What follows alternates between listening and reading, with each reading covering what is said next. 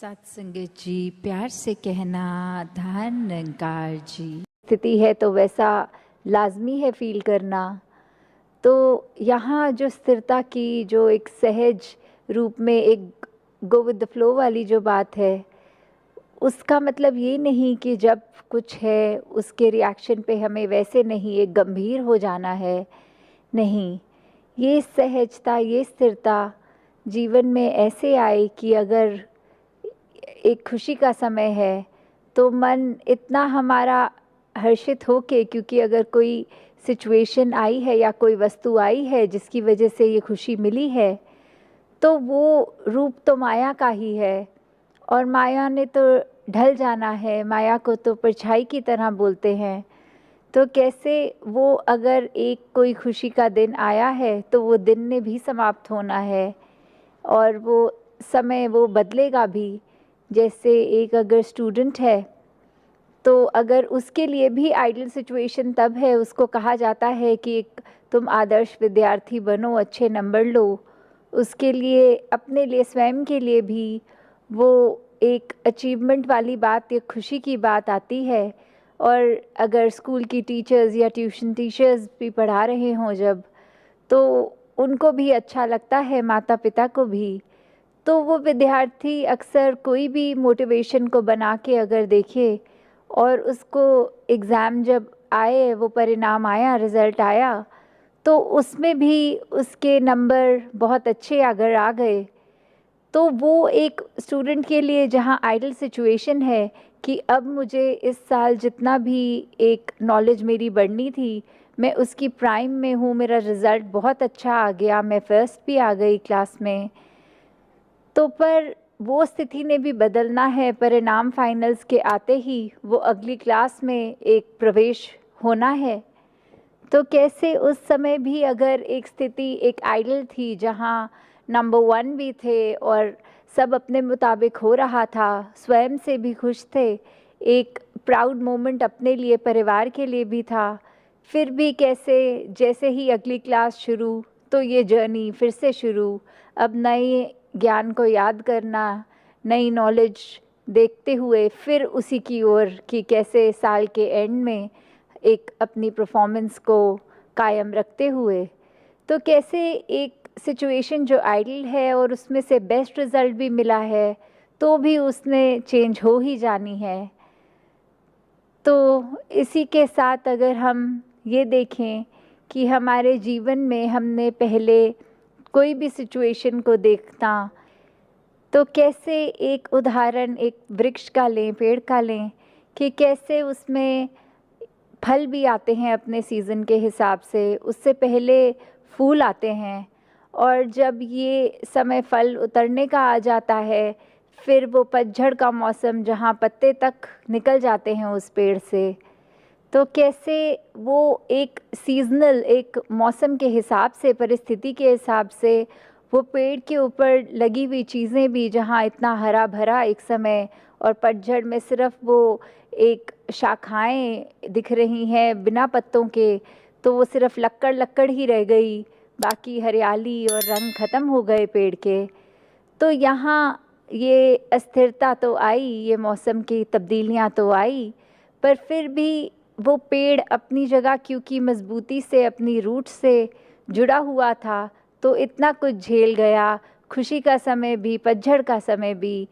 तो कैसे एक जब ये अडेप्टेशन आ जाती है एक मन में, फिर वो भाव कि ये परमात्मा ही है जिसके वजह से हम अपने आप को अडेप्ट कर पाएंगे।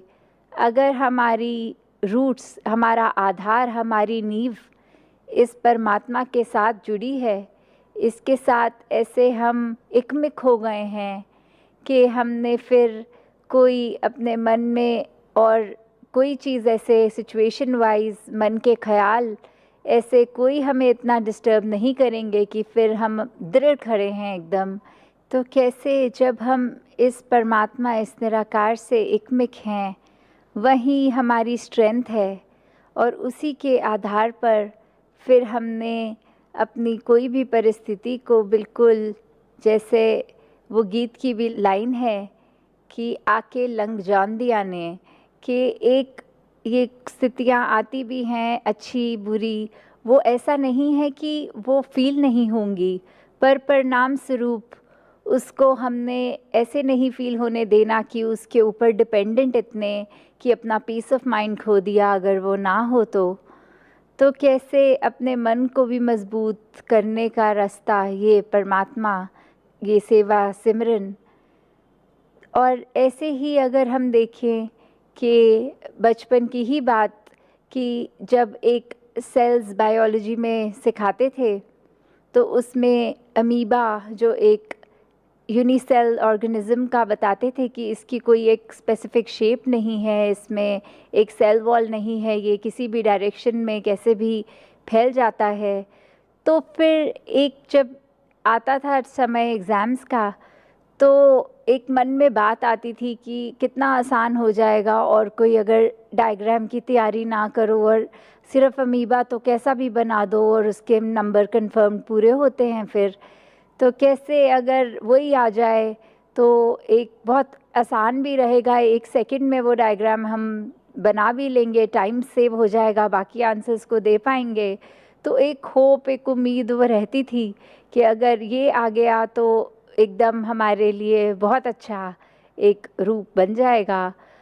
पर अगर वही बात कि हम कुछ और डायग्राम्स की तो तैयारी ना करें, सिर्फ उसी के ही उम्मीद में कि वो आए और कुछ की तैयारी ना हो और एग्ज़ाम में कुछ और आ जाए, कोई और चैप्टर का डाइजेस्टिव सिस्टम आ जाए ड्रॉ करने को या कुछ भी, तो वो कॉम्प्लिकेशन एक एक कि बिल्कुल प्रिसाइज जैसा होना चाहिए वैसा अगर नहीं तो फिर मार्क्स ने भी कटना है। तो किस रूप में हम देखें कि एक जहाँ वो अस्थिर चीज़ के लिए एक ईज़ भी था कि इसमें फ्री हैंड होगा, हम कैसे भी कर लेंगे, और कैसे एक हमें जब कॉन्क्रीट एक स्थिर चीज़ मिल रही है तो उसमें फिर हमारी मेहनत, एक इंटरनल हमारी स्ट्रगल, एक वो लर्न करना, एक प्रिसिजन की बात जहाँ आती है, तो वैसे ही इस जीवन में जब निरंकार के साथ जुड़ गए तो फिर एक स्टेबिलिटी, फिर वही बात स्थिरता। तो ये हम अपने जीवन में जैसे जैसे अपनाते जाएंगे ये हम बात समझ लेंगे कि इस परमात्मा के ही आधार पे पूरा ब्रह्मांड है। फिर अपने एक निज घर का पता लग जाएगा, इस आत्मा का जो सोर्स है परमात्मा, इसका जब पता लग जाएगा तो छोटी छोटी चीज़ें हमें मन मुटाव की ओर नहीं लेके जाएंगी। एक ये हम जो अपनी दीवारें स्वयं बना के चलते हैं कि कोई किसी प्रांत का है, किसी का रंग कैसा है, कोई जेंडर डिस्क्रिमिनेशन या किसी और तरह की जो बायसनेस आ जाती है, डिस्क्रिमिनेशन, मन में हेट, फिर वो आएगा नहीं। तो कैसे हर एक के लिए, पूरी मानवता के लिए हमने एक वरदान रूप बनना है, जितना हो सके we have to give out, और अपने मन में फिर उस बात का भी अहंकार न लेते हुए ये जो भाव है मन में हर किसी के, चाहे वो एक थोड़ा अहंकार रूप का भाव होगा तो भी वो बदला जा सकता है, और अहंकार से धीरे धीरे वो नम्रता की यात्रा की जा सकती है। तो बात वही कि भक्तों के संदेश में ये स्वयं को बदलने की जो बात होती है वो क्यों होती है, भक्तों का जीवन संसार के अन्य व्यक्तियों से अलग क्यों होता है, कैसे होता है। तो बात वही कि भक्तों के जीवन में भी वही है, दृष्टि के लिए आँख है, खाने के लिए हाथ हैं, एक सूंघने के लिए नाक है, एक दिन में उतार चढ़ाव उसी प्रकार आएंगे, और उसी तरह जो भक्त श्रेणी के नहीं हैं उनके भी जीवन में ये सब ही है। तो भक्तों ने जो एक बदलाव अपने अंदर लाया वो यही कि इस दुनिया में तो रहते हैं पर दुनिया से अलग होके रहते हैं। तो ये अलग अब कैसे रहना हुआ, ये ब्रह्म ज्ञान द्वारा जब इस परमात्मा को पा लिया, देख लिया, इसके प्यार में एक पूर्णता से खचित हो गए, तो कैसे एक अपने आप को हर पल इस परमात्मा के एहसास में रहने वाला वो भाव भक्तों के जीवन में आ गया। और जैसे एक दुनिया के तो तरह तरह के रंग हैं, भक्तों के जीवन में सिर्फ वो प्यार का रंग चढ़ता है जो इस परमात्मा से हो जाता है इसको देखने के बाद। तो ऐसे भाव से युक्त भक्त अपने जीवन के जब हर पल को जीते हैं तो वो भाव ही बदल जाते हैं, एक नज़रिया बदल जाता है। एक वो बात कि अगर हम कुछ भी उदाहरण लें कि कोई भी स्थिति में एक जो रुख करा जा सकता है वो एक अच्छी तरफ भी और बुरी तरफ भी, एक परिस्थिति से हम क्या निकालते हैं वो भी एक अच्छाई निकाली जा सकती है, एक बुराई निकाली जा सकती है। तो भक्तों ने हमेशा वो अच्छाई की ओर ही रुख करना सिखाया है कि परिस्थिति अगर इस परमात्मा ने दी है तो अच्छी ही होगी। एक अगर उस परिस्थिति को अच्छा नहीं समझ रहे हम तो वो हमारी कमी है, इस परमात्मा ने तो पूर्ण किया है इस परिस्थिति को भी। जब इस परमात्मा ने हमको जो कुछ दिया वो परमात्मा का जो दान है, तो ये परमात्मा जहाँ पूरा है तो परमात्मा की दी हुई हर परिस्थिति भी पूर्ण है। फर्क सिर्फ हमारे नज़रिए का होता है कि उसको हम किस तरह देख रहे हैं, उस परिस्थिति में से हम निचोड़ क्या निकाल रहे हैं, उससे सिखलाई क्या निकाल रहे हैं। क्या हम सिर्फ हमारे अनुसार कुछ नहीं हुआ तो उसके वजह से इस परमात्मा को ही कोस रहे हैं, या ये भी मान रहे हैं कि ये ही हमारे लिए बेस्ट है और कैसे इसमें वरदान छुपा हुआ है।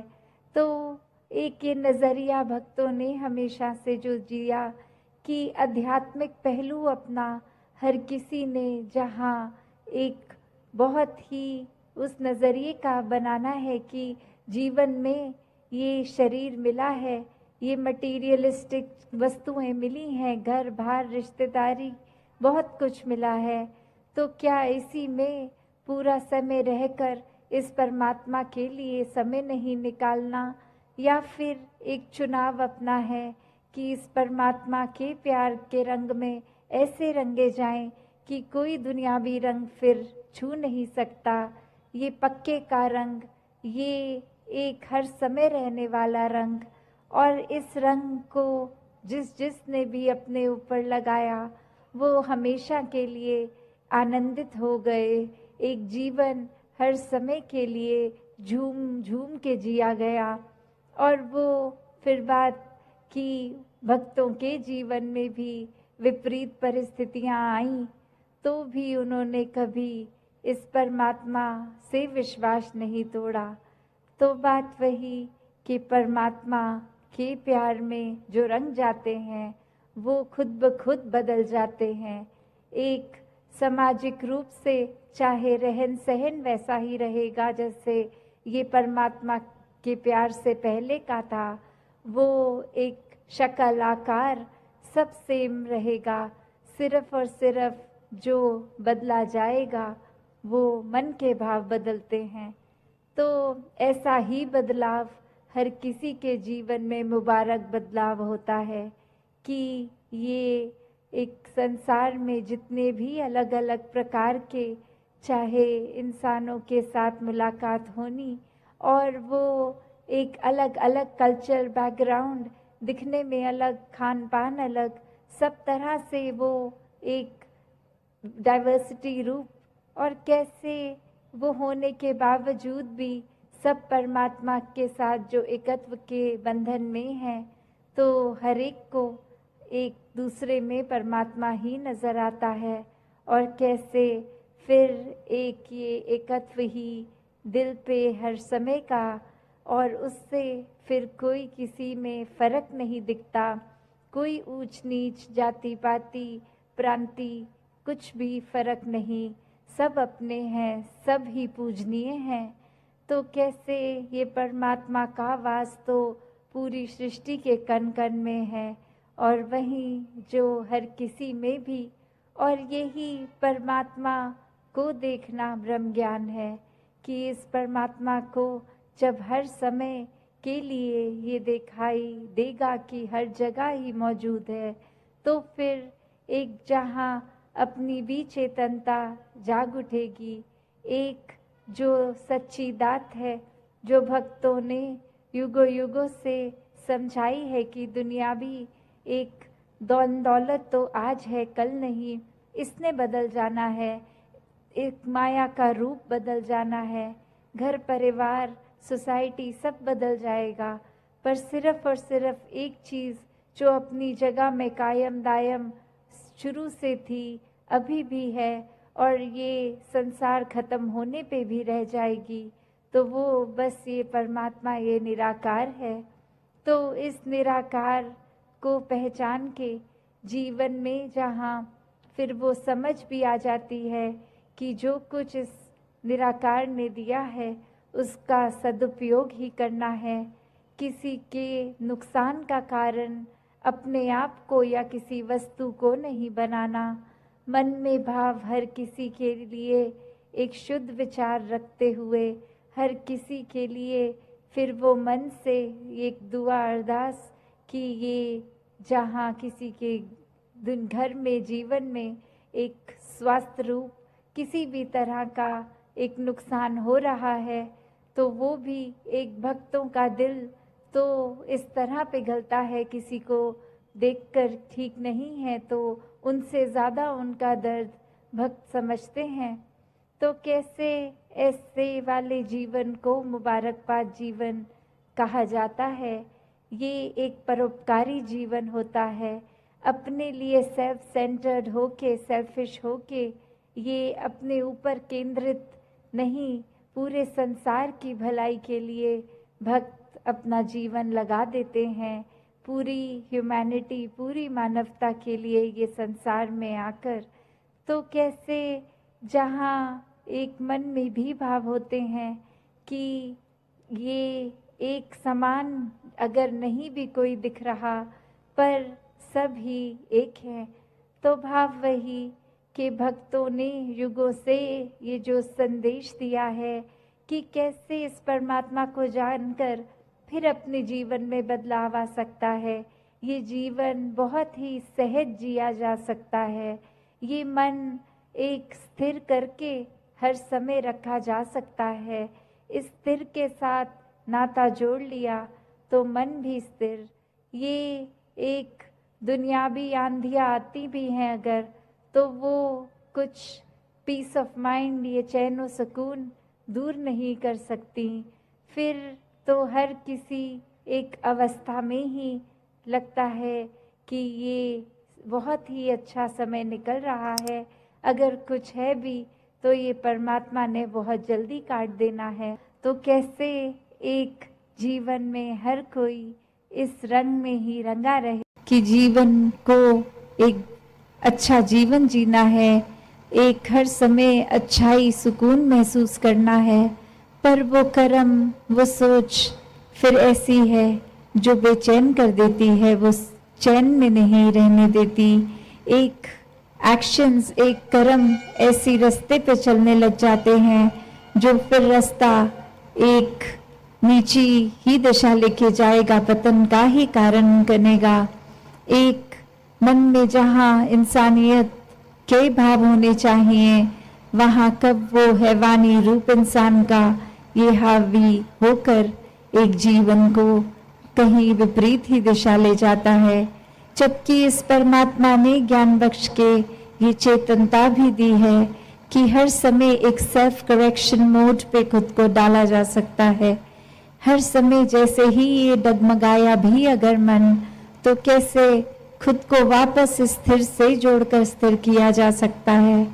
पर ये इंसान तो हर समय फिर वही बात कि एक चाहत तो है कि जीवन में उजाला आएगा, पर फिर वो उजाले को पता भी है प्राप्त करने का एक भक्तों ने रास्ता दिखाया, पर ये अंधकार में ही एक विचरण करने का एक मज़ा आने लग गया।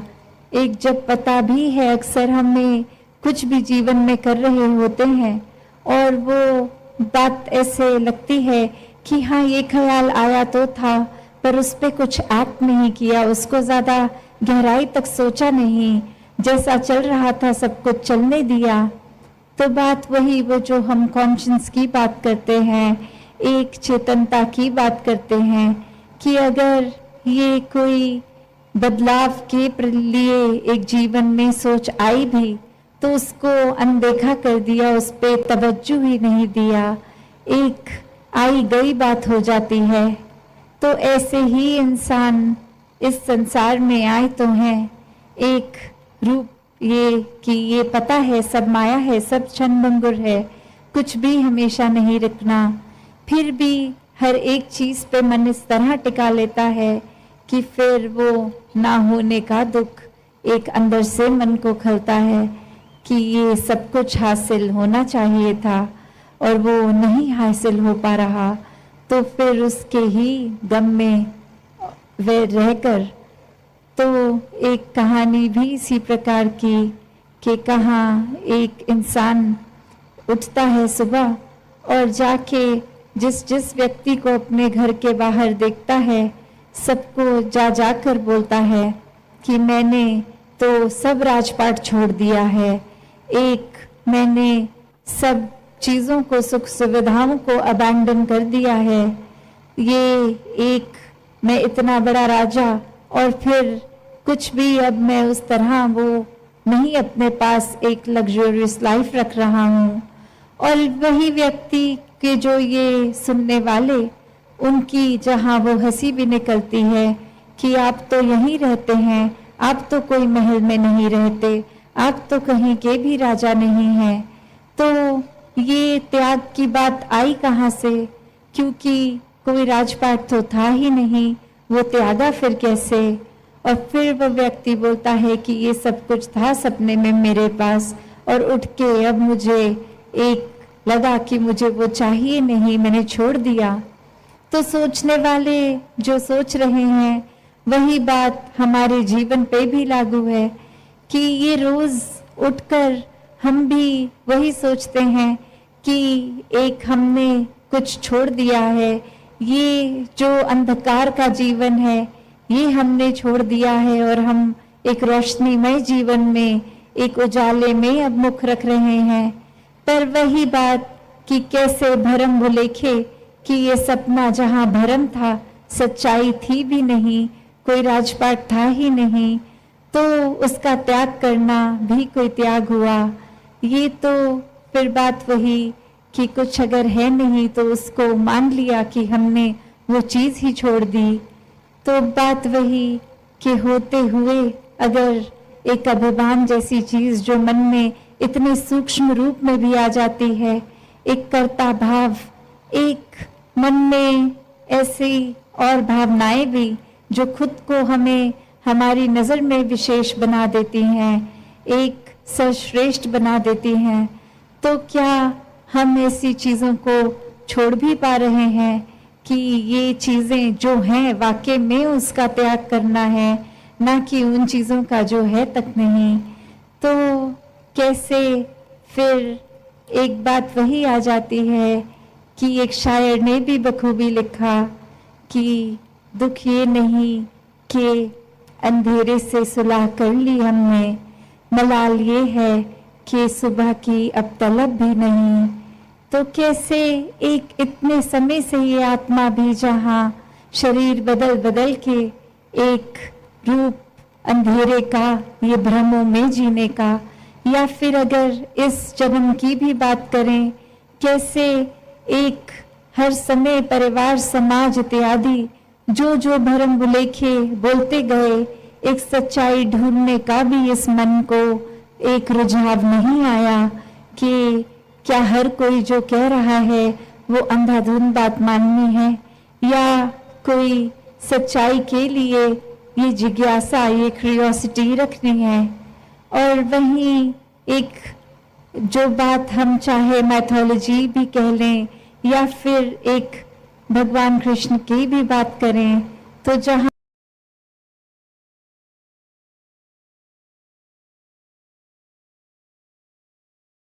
जी बड़े प्यार से कहना जी धन निरंकार जी साथ संगत जी अरदास आप सभी के बीच में अवतार वाणी का शब्द रखने वाला है साथ संगत जी। साथ संगत जी अगर दास से कोई भूल चूक हो जाती है तो दास को क्षमा करना साथ संगत जी। साथ संगत जी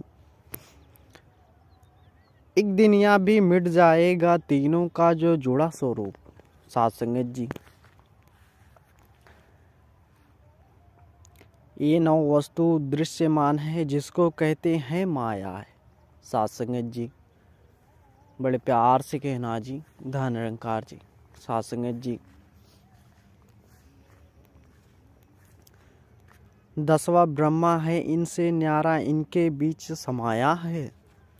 साथ संगत जी यह सब माया मिट जाएगी रहेगा बाकी कुछ ना यार। साथ संगत जी कहे अवतार यही है सब कुछ इसको ही कहते हैं निरंकार। साथ संगत जी बड़े प्यार से कहना जी धन निरंकार जी। साथ संगत जी भरपूर खलाओं में आया देखो रमा हुआ है जो दातार। साथ संगत जी समय के हाकम ने रखा है नाम इसी का ही निरंकार। साथ संगत जी बड़े प्यार से कहना जी धन निरंकार जी। साथ संगत जी दृष्टि गोचर है जो जग में इसका सकल पसारा है।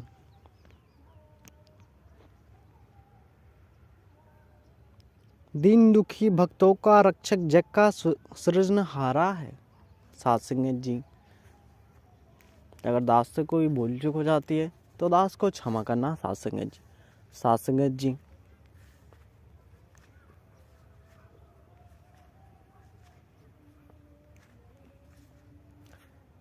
याही नया याही केवट आप समुद्र खेवन हार हैं। साथ संगत जी वेद ग्रंथ सब कत कत हारे बेअंत है बेशुमार। साथ संगत जी जब तब से ना जाना जाए कर्म धर्म से कोसों दूर। साथ संगत जी कहे अवतार मिले जो सदगुरु तो ईश्वर का दिखे नूर। साथ संगत जी अगर दास से कोई भूल चूक हो जाती है तो दास को क्षमा करना साथ संगत जी। साथ संगत जी निराकार है केवल याही जिसका कोई आकार नहीं, जिसका उरला छोर नहीं, जिसका उरला को छोर कोई नहीं, जिसका परला पार नहीं। साथ संगत जी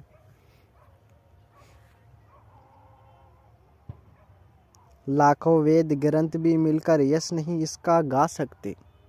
साथ संगत जी लाखों तपी तपीश्वर मिलकर वेद ना इसका पा सकते। साथ संगत जी बड़े प्यार से कहना जी धन निरंकार जी। साथ संगत जी निज बुद्धि और सोच को तज के जो गुरु के दर आता है। साथ संगत जी कही अवतार गुरु कृपा से ही समझ में आता है। साथ संगत जी बड़े प्यार से कहना जी धन निरंकार जी। साथ संगत जी निरंकार है या ही एक ही सबका या कोई दो चार नहीं।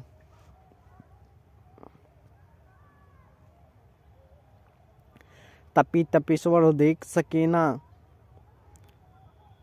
साथ संगत जी बड़े प्यार से कहना जी धन निरंकार जी कड़ कड़ भीतर वास है इसका देख नहीं नर पाता है। जब तक होना गुरु की बख्शिश रूप नया दिखलाता है। साथ संगत जी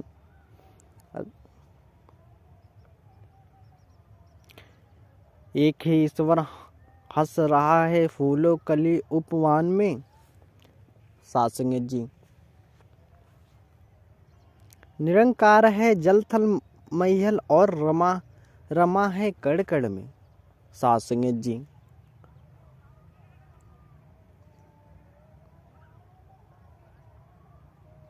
निरंकार ही वन उपवन में अपने को दर्शाता है। शीत चांदनी ठंडक बन के हर रस में हर्षाता है। सात संगत जी। बड़े प्यार से कहना जी धन निरंकार जी। सात संगत जी। कर कर यत्न हजारों देखें पर यह वश में आया ना। सात संगत जी। कहे अवतार गुरु ने जब तक पर्दा दूर हटाया ना। सात संगत जी। अगर दास से कोई भूल चूक हो जाती है तो दास को क्षमा करना। सात संगत जी। सात संगत जी। निरंकार प्रभु है एक ही केवल सत्य है केवल इसका नाम।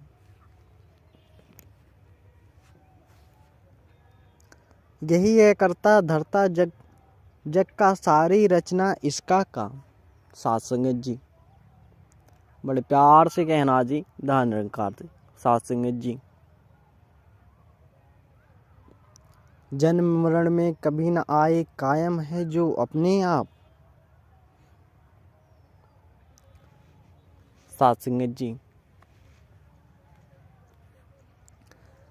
पूरे गुरु से मांग के रहमत केवल इसका कर ले जाप। सदा सत्य और पावन है या पहले था और अब भी है। सात संगत जी।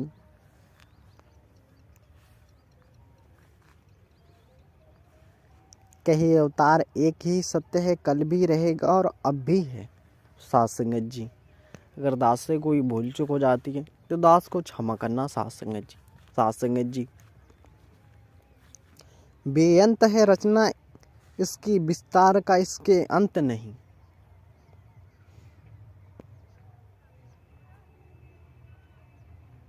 पार का इसके अंत नहीं कोई आर का इसके अंत नहीं।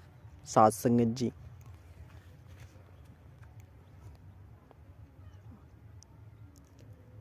कोटि कोटि घर बार हैं इसके लाख करोड़ों इसके नाम। सात संगत जी।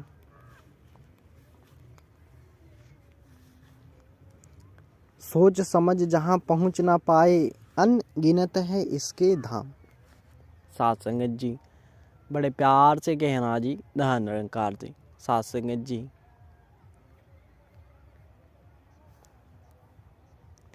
कहे अवतार प्रभु है मिलता सारा मान गंवाने पर। सात संगत जी।